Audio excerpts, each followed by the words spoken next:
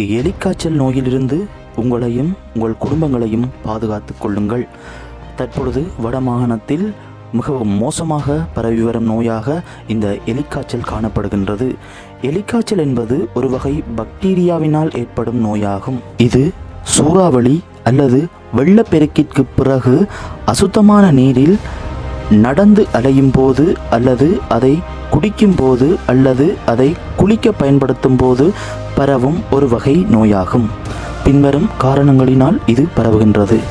லெக்ட்ரோஸ் வைரோசியஸ் பாக்டீரியாவினால் பாதிக்கப்பட்ட விலங்குகளின் சிறுநீர், நாய், கால்நடைகள், பன்றிகள், ஆடு, மாடு மற்றும் வனவிலங்குகள், வெள்ள நீர், ஆறுகள் அல்லது ஓடைகள் போன்ற நன்னீர், பாதுகாப்பற்ற குழாய் நீர் என்பவற்றுடன் கலந்த நீரை பருகுவதனால், காயங்களில் அசுத்த நீர் படுவதனால், அசுத்த நீர் கண், வாய், மூக்கு என்பவற்றினுள் உள்ள சீத மென்சவில் படுவதனால் அல்லது பாதிக்கப்பட்ட விலங்குகளின் சிறுநீரால் மாசுபட்ட உணவினை உண்பதனால் அதில் காணப்படும் பாக்டீரியா வாய் அல்லது காயங்கள் அல்லது கீறல்கள் ஊடாக, கண், மூக்கு போன்ற மென்சவின் ஊடாக உடலினுள் செல்வதனால் இத்தொற்று நோய் ஏற்படுகின்றது.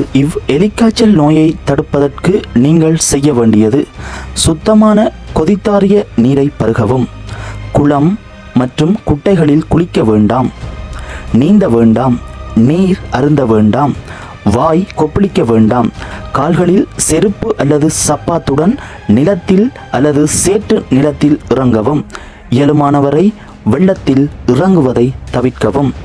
இந்நோய் மனிதனில் இருந்து இன்னொரு மனிதனுக்கு நேரடியாக பரவாது. பாக்டீரியா தொற்று ஏற்பட்ட அனைவருக்கும் நோய் அறிகுறிகள் ஏற்படாது. நோய் அரும்பு காலம் 5 தொடக்கம் 14 நாட்கள் ஆகும். குறைந்தளவு சதவீதத்தினாலானோர் அறிகுறிகளை காண்பிப்பர். பெரும்பாலானோர் ஓரிரு நாட்களில் காய்ச்சலுடன் சுகமடைவார்கள். மிக அரிதாக மரணம் ஏற்படும். பிரதானமான அறிகுறிகள் ஏற்பட்டு சிகிச்சை எடுக்காவிடில் அல்லது தாமதமாக வைத்தியசாலைக்கு கொண்டு சென்றால் இறப்பு ஏற்பட வாய்ப்பு அதிகம் உண்டு.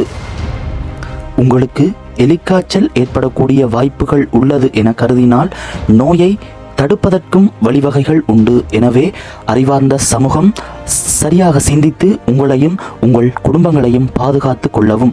வடமாகாணத்தில் இதுவரை 7 இறப்புகள் எலிக்காய்ச்சல் என உறுதிப்படுத்தப்பட்டு உள்ளது என அறிய தந்துள்ளார்கள். எனவே மக்கள் விழிப்பாக இருந்து இச்செய்தியை அனைவருக்கும் பகிரவும்.